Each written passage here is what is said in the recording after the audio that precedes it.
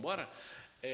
Muito bom dia, boa tarde, boa noite ou boa madrugada, não sei que hora você está assistindo. Ou você está aí ao vivo nos assistindo agora, vida longa e próspera, seja muito bem-vindo ao Nenemcast. O Nenemcast tem um lema novo agora, que a gente bolou para esse ano, que é cada vez menos profissional, é menos profissional e cada vez mais amador. Entende? A gente faz um amador direitinho, certo, Renato? O Renato está hoje daqui, o Lagata está em viagem, né, e tudo mais, inclusive viajando para conseguir dinheiro para pagar suas dívidas. E o Renato veio hoje aqui, que é da primeira. O Renato é da primeira fase do Nenemcast, veio quebrar um galho para nós aí. Valeu, viu, Renato? Primeira temporada, maravilha. E eu tô aqui, cara, com um cara que é sapientíssimo. Essa palavra é legal, né, Isaías? Sapientíssimo é bacana. Mas o Isaías, assim, tipo,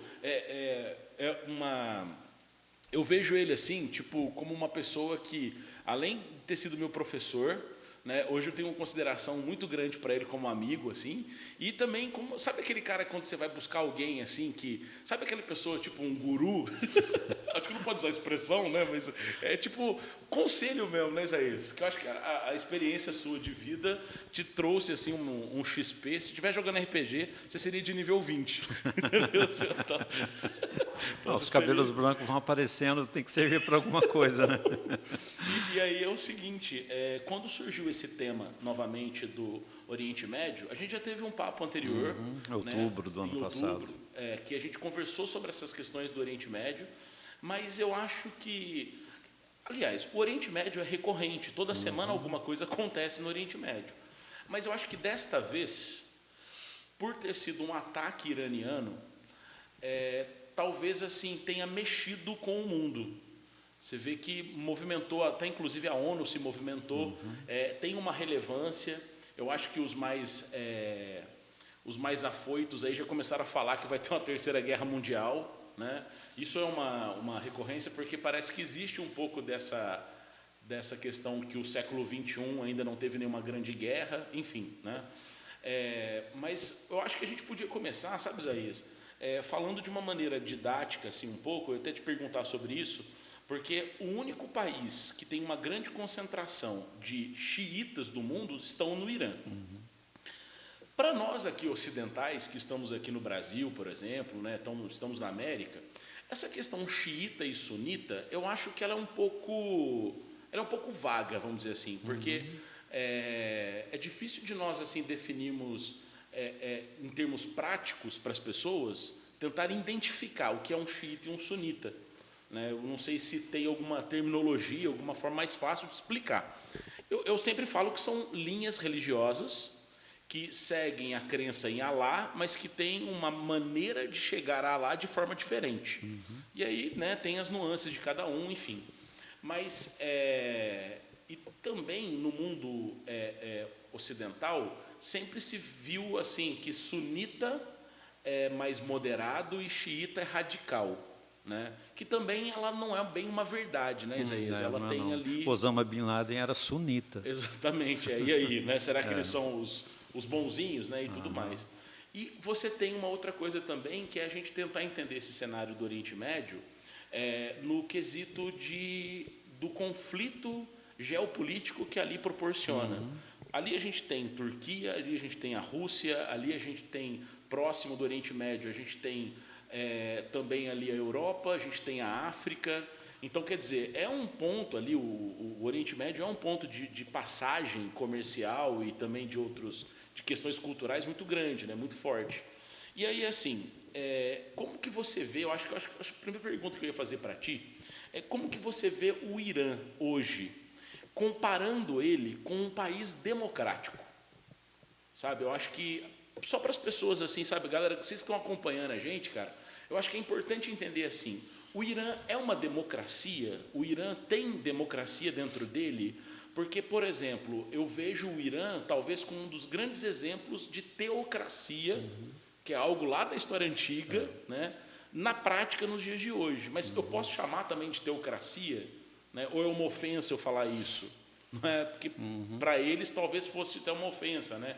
E tudo mais. Então, acho que assim, a primeira coisa que eu ia perguntar para ti hoje era isso, sabe? Assim, tipo, como que você enxerga o Irã dentro desse quesito democrático, assim?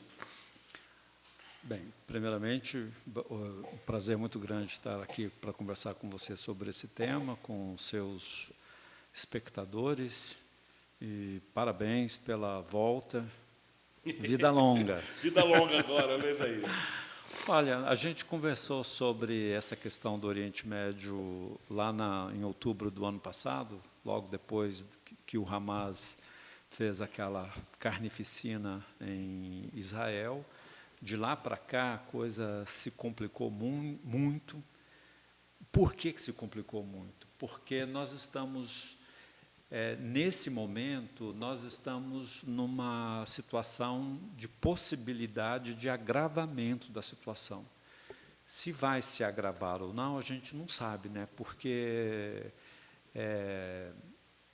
os países da Europa, os países mais importantes da Europa, como França, o Reino Unido, os Estados Unidos, estão tentando frear o ímpeto belicoso do Netanyahu, que é o primeiro-ministro de Israel,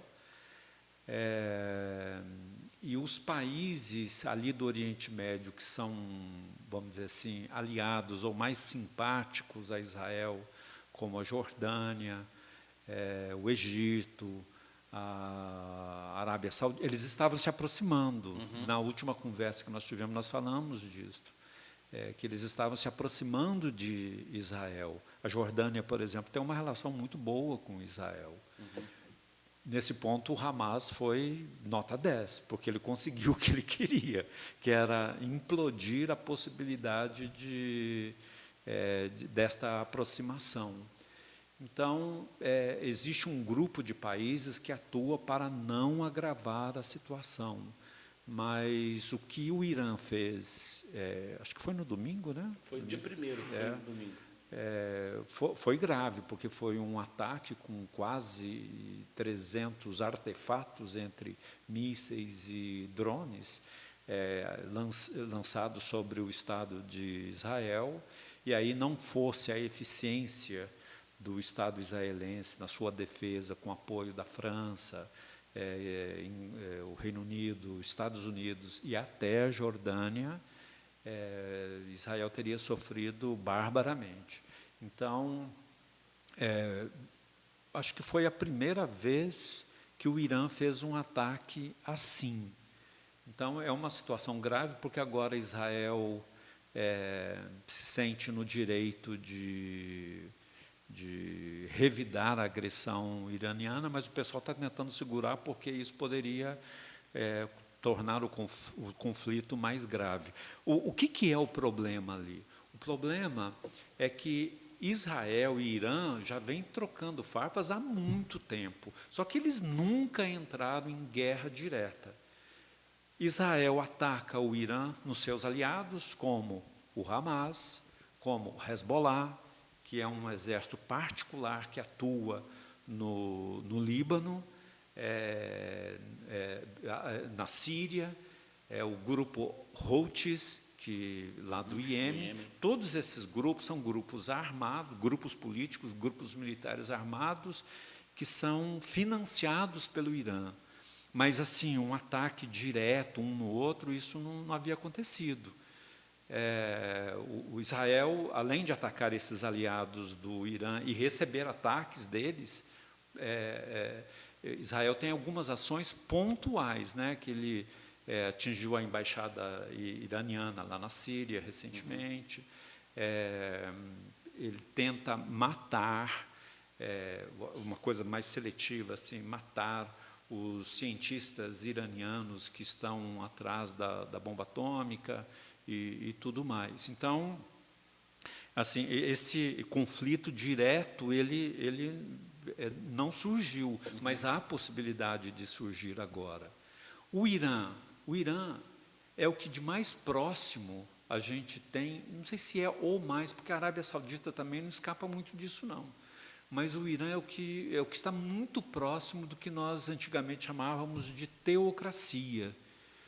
Teocracia é um termo que a gente, como você falou, lá de trás, mas que se caracteriza pela identidade do governo, do Estado, das chefias públicas do Estado com chefias religiosas.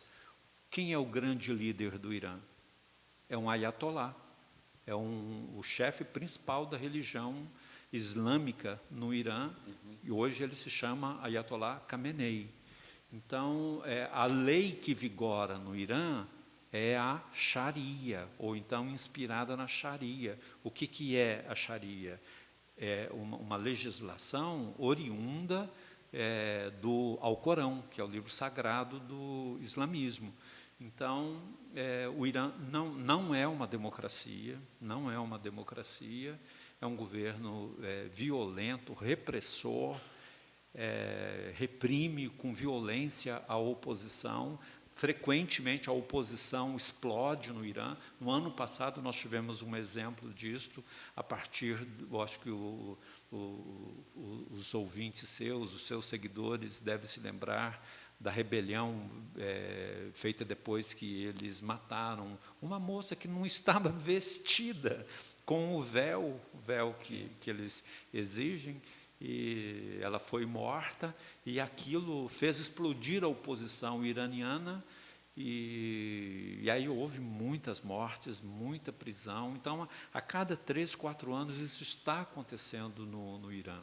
Então, é um governo repressor, e não é um governo repressor apenas na política, é também nos costumes, é um país muito conservador, e aí se complica bastante. Agora, como você disse no início, o Irã é um reduto xiita. E a gente até usa aqui no Brasil a palavra xiita como sinônimo de pessoa muito radical, né? Sim. Como você disse, isso não é bem correto. Eu não sei se você vai querer entrar nessa divisão entre xiita e sunita, mas, de qualquer forma, para que quem não entende isso possa entender, é como uma divisão mais ou menos entre católicos e protestantes dentro do cristianismo. São dois, assim como o catolicismo e protestantismo são duas maneiras de ser cristão, são dois grupos religiosos dentro do cristianismo, tem até um terceiro, que são os ortodoxos.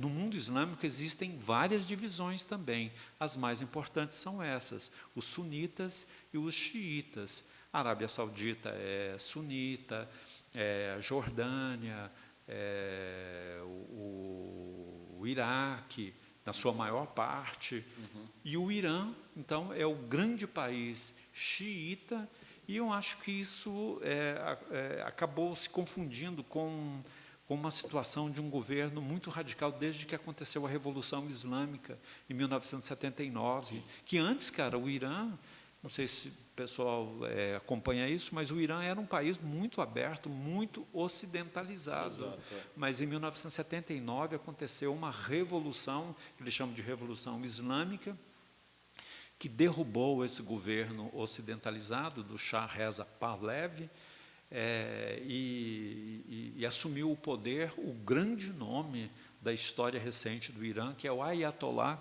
Khomeini. Quando ele morreu, ele foi substituído por outros ayatollahs, mas desde então, desde 1979, ficou claro então que o Irã optou por um caminho ditatorial, um caminho muito autoritário, em que religião e política se confundem. Perfeito. É porque, por exemplo, né, eu vejo a gente quando a gente olha os países do Oriente Médio, você falou da Arábia Saudita, que também ela tem essa característica teocrática, né? Tem. Até eu diria assim, a gente pode misturá-la assim numa questão meio teocrática e ao mesmo tempo assim um governo meio absolutista, né, com características absolutistas. Eu acho que a diferença dela em relação ao Irã está nisso, que o governo mesmo da Arábia Saudita, ele não é religioso. Sim. A dinastia que governava a Arábia Saudita e que é famosa e que agora tem lá o príncipe, eu esqueci o nome dele, o príncipe Salman, eles não são religiosos, assim, pertencente à hierarquia religiosa. Mas a religião, claro, é muito forte, porque a Arábia Saudita, ali estão os grandes centros do islamismo. Né? Isaías, uma vez eu li uma coisa que eu achei interessante, essa visão. Porque como a Arábia Saudita ela é mais voltada ao mundo do capitalismo, ela tem toda uma tradição conservadora do ponto de vista religioso deles, mas assim, lá, por exemplo, o futebol, por exemplo, que é a paixão do mundo ocidental, eles compram esse futebol, inclusive levam grandes jogadores para lá. Eles tentam trazer elementos ocidentais, a paixão por carros também, né, que é uma coisa assim, você vê eles lá, eles fazendo aquelas Ferrari, Lamborghini revestida de ouro, enfim, eu acho que tudo isso está atrelado a um pouco deles quererem buscar beber dessa fonte europeia, da cultura mesmo, do capitalismo, assim. E talvez isso faça com que os ocidentais vejam a Arábia Saudita de uma maneira menos hostil, né? No sentido assim, mas lá tem futebol. Como se isso... Porque foi agora em 2019 que as mulheres puderam tirar carteira de habilitação lá, né? E assim... Ir ao campo de futebol. Exatamente. E assim, são coisas que para nós ocidentais já estão vencidas, não há questionamento, mas que para eles ali é algo ainda muito novo, né? E também assim, é uma outra coisa que eu vejo dentro da Arábia Saudita, nós vemos muito as elites, mas a Arábia Saudita tem uma população extremamente pobre também, né? Que não aparece muito na imprensa, na mídia, não se fala muito disso, porque fala-se mais do petróleo, dos magnatas, dos homens mais ricos do mundo, essa coisa toda. Eu acho que esconde um pouco esse lado empobrecido de lá e tudo mais. Então eu vi uma vez eles falando assim que se um país do Oriente Médio for mais capitalista, ele vai ter uma certa proteção, ou como nós gostamos de usar a expressão no Brasil, eles vão passar um pano, entendeu, um pouco melhor para o Arábia Saudita do que para o Irã, por exemplo, que se fecha ao mundo ocidental, né? Você acha que tem alguma ligação sobre isso também? Porque, por exemplo, tem o Catar, a gente tem Emirados Árabes também, que são países que já estão mais voltados para essa ocidentalização, né? Eu acho que a grande questão ali, o Adriano, é geopolítica. Eu não creio que seja uma questão só de capitalismo. Eu acho que, no final das contas, essa questão geopolítica acaba se confundindo com a questão, por exemplo, do capitalismo, porque é uma maneira de se ocidentalizar e tudo mais. Mas o que é essa questão geopolítica? É que ali, no Oriente Médio, existe um grande inimigo, tanto de Israel, quanto desses países que têm as características de ser sunita, que é a Arábia Saudita, lá atrás o Iraque,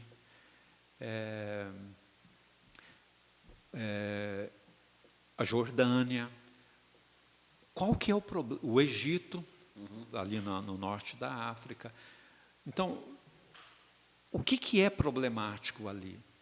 É que o Irã é uma potência regional agressiva e que, por causa disso, sobretudo depois da guerra com o Iraque nos anos 80, porque a gente tem que lembrar disso, né? Nos anos 80, por uns 8 anos, aconteceu a guerra entre o Irã e o Iraque.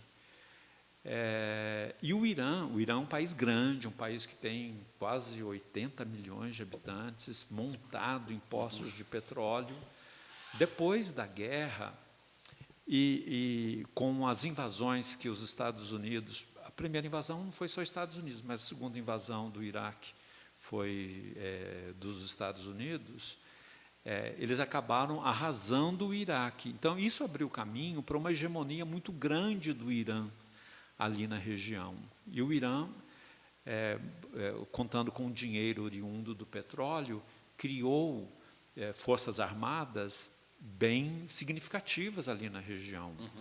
Uma marinha razoável que atua ali no Golfo Pérsico, um exército bastante forte. O exemplo disso a gente pode ver nos drones iranianos que têm sido usados até na guerra lá entre a Rússia e a Ucrânia. O desenvolvimento de mísseis e a quase fabricação da bomba atômica. Não falta muito para o Irã fabricar a bomba atômica. Então, assim, o Irã é uma potência regional agressiva e que, por causa disso, desperta a inimizade dos seus vizinhos, que temem que, de repente, o país possa ser hegemônico na região. Então, a Arábia Saudita sempre, nos últimos tempos, foi inimiga do Irã. O Egito também não topa o Irã, que são os dois países mais fortes, que têm condições ali, entre os islâmicos, sim, de enfrentar uma força o Irã. De resistência. Né? Exato. Então, eu acho que essa questão geopolítica, ela é determinante. O pessoal tem medo do Irã, vamos dizer assim. Então, nesse caso, tudo que a Arábia Saudita puder fazer para evitar que o Irã consolide a sua hegemonia na região, ela vai fazer. Perfeito. Tudo que o Egito puder fazer, ele vai fazer também. E é claro, aí vem a questão de Israel. Israel é um país pequenininho, uma população muito menor que a do Irã, mas Israel é uma situação completamente diferente de tudo mais que a gente vê ali. É um país democrático, é uma democracia consolidada, um país muito desenvolvido. O que a gente tem assim, de coisas modernas hoje, em nível de tecnologia, a gente encontra em Israel. E qual é o grande inimigo de Israel ali na região? É o Irã. E como eles não guerreiam diretamente, o Irã usa o Hezbollah, usa o Hamas, a Irmandade Muçulmana lá no Egito, os Houthis no Iêmen, para atacar Israel. Então, eu acho que essa questão é geopolítica. Por que a Arábia Saudita, na maior parte do tempo, recebe apoio dos Estados Unidos? Não é porque democrática ela não é. É um capitalismo, mas um capitalismo muito primitivo. É porque os interesses americanos, interesses geopolíticos americanos e sauditas se encontram para barrar a expansão do Irã. Então, me parece assim, olha, que essa questão geopolítica ela é determinante nessa situação. Na verdade, se você for olhar bem, o Irã ele está muito cercado de adversários. O pessoal teme a hegemonia do Irã na região. Então, por quê? Porque, por exemplo, se você olhar o governo da Jordânia, é um governo bastante moderado. Sim. Se você olha o governo do Egito, ele também está lá quieto, o país está estável. A Arábia Saudita, como você colocou, tem tentado se modernizar com todas essas coisas aí, um príncipe jovem e moderno. Então, o interesse deles é impedir, por exemplo, que o Irã se torne uma potência hegemônica, e a fabricação da bomba atômica pelo Irã vai ser um problema muito sério, não só para Israel, mas para os outros também. Ô Isaías, essa questão do Irã, e olha que interessante, né? Quem incentivou o Irã a desenvolver energia nuclear lá atrás, antes da Revolução Iraniana, foi o próprio Estados Unidos, né? Na época quando era o Shah Reza Pahlavi, que estava no poder. E detalhe, uma coisa que eu não sabia, que um dia eu estava conversando com um professor de geografia de Poços de Caldas, e ele me colocou isso. Em Poços, quando tinha aquela empresa Alcoa, que ela estava fazendo as extrações minerais, eles conseguiram extrair urânio ali da região de Poços. E esse urânio brasileiro foi, através de uma intervenção americana na época, vendido para o Irã. Olha só. Para fazer os estudos de energia nuclear na época. Tanto que o Irã hoje, em termos de energia de desenvolvimento, eles precisam de energia atômica, né, que eles usam. Então, assim, e de energia nuclear para uma bomba atômica, não é que é simples assim. Mas a matéria-prima já está ali. Né? E para ajudar, o Irã não aceita a inspeção da ONU ir até o país para ver o que está acontecendo. E o segundo ponto, todas as usinas nucleares deles são subterrâneas. Então, quer dizer, fica difícil de você confiar na palavra do Irã, que eles não estão desenvolvendo algum estudo lá. Né? Eu lembro quando o presidente do Irã, tempos atrás, foi o Ahmadinejad, né? Que ele gostava muito de ficar andando lá por baixo para mostrar os mísseis, para exibir, inclusive, para o mundo, essa coisa toda. Né? E é assim, uma outra coisa que eu ia perguntar para ti também é o seguinte, tem algumas coisas que se concatenam assim. A Rússia hoje, do ponto de vista geopolítico, ela está sendo assim meio jogada de escanteio por conta da guerra da Ucrânia, né? E para ajudar nesse cenário, quem apoia o Irã no Oriente Médio é a Rússia, né? Que tem ali uma parceria, vende arma, compra arma, aquela coisa toda. Então, quer dizer, você vai vendo que vai montando um cenário que os Estados Unidos está de um lado, aí você vê a Rússia de novo. Não é que é Guerra Fria, não é isso que eu estou querendo dizer, mas que alguns elementos que tinham já lá na Guerra Fria, parece que eles aparecem, sabe? Essa questão, por exemplo, né, você colocou o Irã, né, e a Síria, por exemplo, também. Você pega a postura hoje do Bashar al-Assad dentro da Síria, em muitos momentos, ela foi genocida também.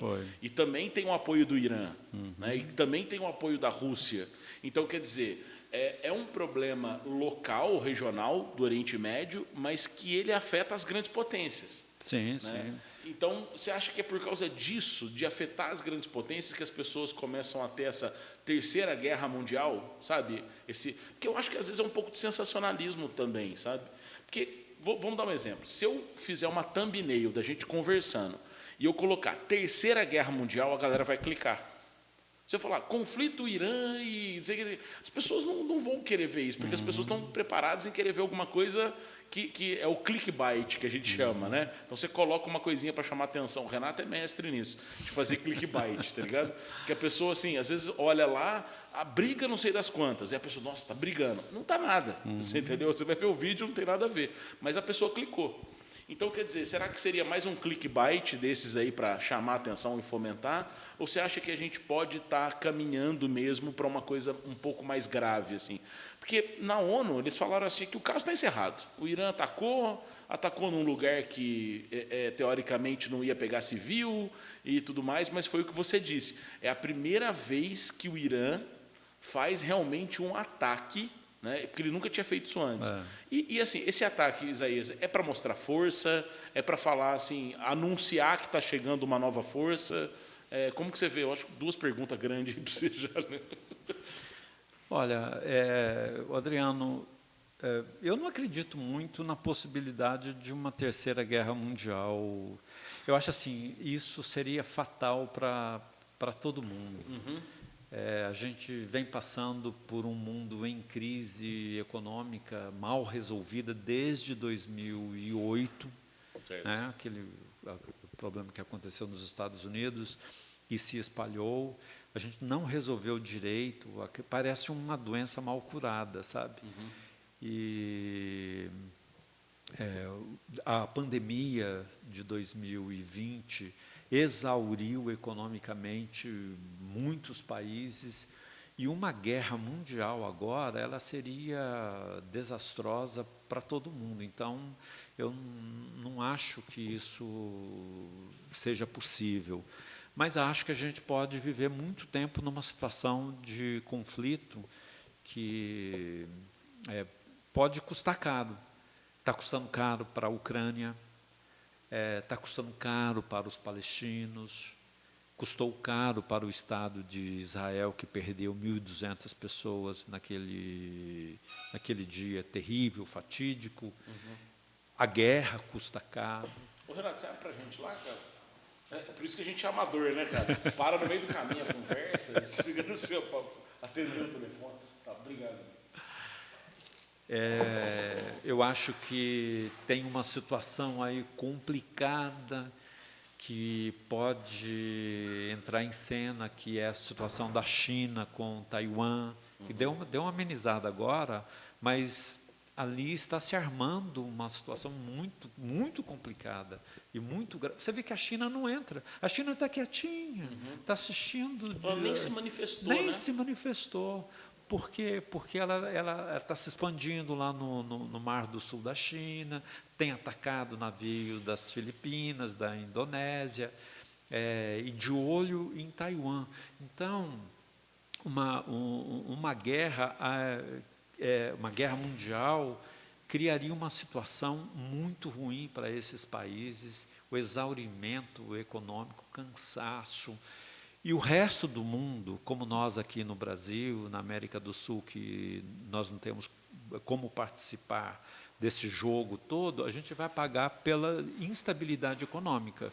O preço do petróleo vai explodir, o commodities que a gente vende poderão ter o seu circuito fechado. Um mundo instável economicamente. Então, eu não acredito assim em guerra mundial, mas eu acho que a situação pode se prolongar em tensão, em criar muita instabilidade econômica, muito sofrimento. Eu acho que esse é o cenário que a gente tem pela frente. Não de uma guerra mundial, mas de uma instabilidade muito grande. Agendado contigo, ver se você pode, para a gente bater um papo sobre essa questão da China e Taiwan. E vou trazer aqui no dia um taiwanês, morador de nossa cidade, que é do lado do Taiwan, vamos dizer assim, contrário à China. Para ele, que assim, ele não tem essa dimensão política das coisas, mas ele fala sobre a China e o que ele interpreta sobre. É legal só de ouvi-lo para ver assim como ele entende aquele mundo ali. Porque também é um universo muito diferente do nosso, né, Isaías? Assim, a complexidade ali da cultura chinesa, a cultura do Taiwan, Hong Kong também, né? Então, assim, tem essa diferença toda, né? E a família desse menino, ele trabalha na XMG aqui, olha que interessante. Ele trabalha numa empresa chinesa, mas ele é um taiwanês. Mas aqui no Brasil não dá conflito. Não, aqui não dá nada, mas ele é um taiwanês que a descendência da família dele são aqueles que foram expulsos na época de Mao Tse-tung. Então é bem interessante, ele conta um pouco sobre isso, sabe? Que assim, ele teoricamente ele fala assim, eu sou chinês, mas a minha família foi obrigada a fugir para o Taiwan na época. Assim, é bem interessante. Eu vou ver se eu trago ele também, que daí a gente faz uma miscelânea de bate-papo. Mas eu também, assim, essa questão da Terceira Guerra Mundial, eu acho que é o sensacionalismo que foi colocado, né? Que para ganhar clickbait, para dar um engajamento maior da discussão. Mas que é complicado, né, cara? Porque você vê, por exemplo, né? A situação hoje, eu saí de casa agora há pouco, estava ouvindo o noticiário. Israel já decidiu que vai retaliar o Irã, mas como? Isso. O pessoal, os Estados Unidos, Reino Unido, França, pedem que não haja retaliação, ou se houver, que ela seja muito pontual, tipo, ataca um desses grupos, desses grupos apoiados pelo Irã, porque se Israel, de repente, ataca diretamente o Irã, acho que aí a coisa pode ser muito complicada, porque o Irã não vai ficar quieto e vai revidar novamente. E a situação, por exemplo, dos Estados Unidos para essa guerra, para esse conflito lá no Oriente Médio, é super complicada, porque esse ano é ano eleitoral nos Estados Unidos. Os republicanos, incentivados pelo Trump, fazem de tudo para agravar a situação, e o Biden tem que se equilibrar entre não tirar o apoio a Israel, porque Estados Unidos e Israel são aliados há muito tempo. Então, a comunidade judaica nos Estados Unidos é muito forte, então não dá para tirar o apoio ao Estado de Israel, mas a situação dos palestinos, desde a última vez que nós conversamos aqui, ela ganhou o discurso no mundo, né? De lá para cá, segundo os dados oferecidos pelo Hamas, são mais de 30 mil mortos palestinos. O que a gente vê de destruição ali da faixa de Gaza é assustador. Então, a gente viu até o crescimento do antissemitismo no mundo, né?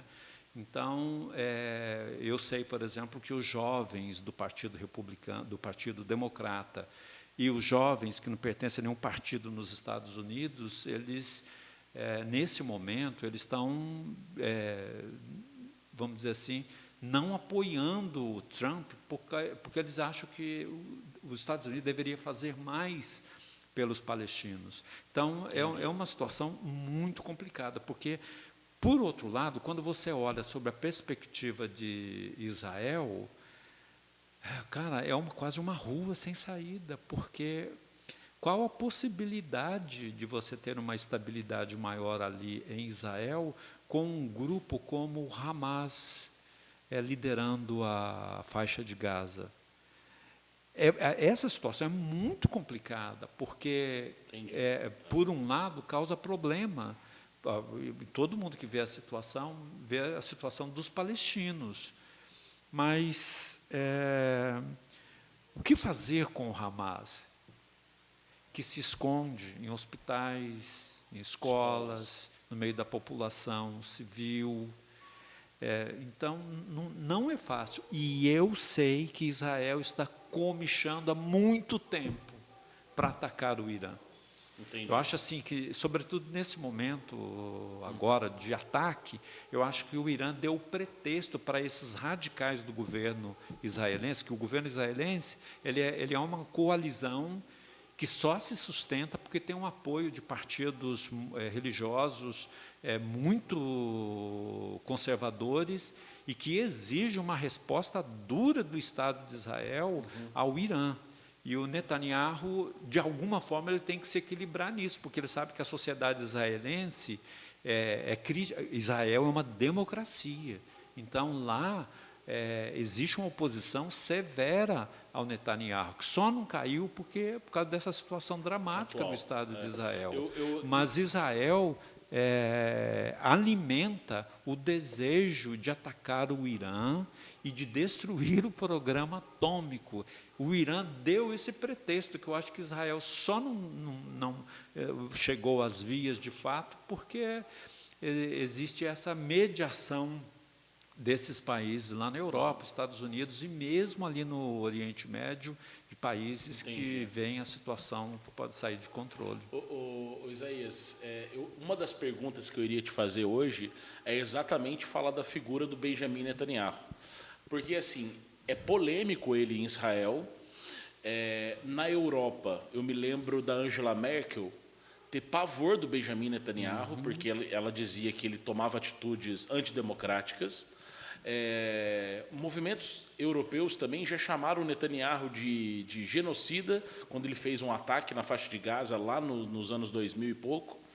E o Netanyahu está no poder aí há quase 20 anos. Né? Acho que ele é o primeiro-ministro que mais tempo ficou no poder. Entre idas e vindas, né? Porque ele teve uns momentos que ele saiu, eu já iria fazer essa pergunta para ti, assim, de onde que vem a força para manter o Benjamin Netanyahu lá no poder, né? Assim, essa questão que você colocou, que os partidos conservadores em Israel é muito forte, teria uma ligação, aí eu já vou, como já respondeu do Netanyahu, eu quero trazer um pouco para o Ocidente na seguinte coisa, e já estamos indo para o finalmente, tá? Para não roubar o teu tempo mais que isso. Ô Renato, tá bem aí, cara? Você está entendendo o conflito, cara? Ah, então beleza, então tranquilo. Você está dando uma aula aí, viu, André? Mas é o seguinte, você anotou, velho? Depois eu vou cobrar. Não, tranquilo. A prova. Vou cobrar na prova. Mas o que eu ia comentar contigo, Isaías, você comentou sobre o Trump, né, vindo aí nas prévias, ganhando tudo, né, já tem uma certa comoção falando que ele vai ser reeleito, que ele vai ser eleito novamente, né, vai voltar ao poder. Mas uma pesquisa recente já quebrou com isso. Já quebrou. Já colocou o Biden mais equilibrado. Entendi. Eu acho que na hora H, cara, na hora H, os americanos, latinos, negros, jovens, eles vão pesar bastante as consequências do Trump voltar ao poder nos Estados Unidos. Porque, Isaías, sabe o que acontece? O que eu percebi, tanto no Brasil quanto nos Estados Unidos? Parece que a questão Oriente Médio virou fla-flu. Em qual sentido? Sim. O Trump assumiu a questão de salvar Israel e de defender Israel. E aí, obviamente, os opositores, para ganhar um espaço, que vão querer pegar a defesa dos países do Oriente Médio, ao lado do Hamas e tudo mais. Né? Até muitos partidos de esquerda defenderam o Hamas e tal. Enfim, sem entrar nessa discussão, porque é complexo falar sobre Hamas. Né? A gente até fez isso em outubro lá no ano passado. Mas assim, no Brasil isso também aconteceu. E aí tem um meme brasileiro, que claro, no Brasil tudo vira meme, né? Mas tem um meme brasileiro que é muito engraçado, porque teve uma manifestação em São Paulo, se não me engano, foi uma manifestação pró-Bolsonaro, alguma coisa assim, que estava todo mundo de verde e amarelo na rua. E tinha uma mulher na rua com a bandeira de Israel.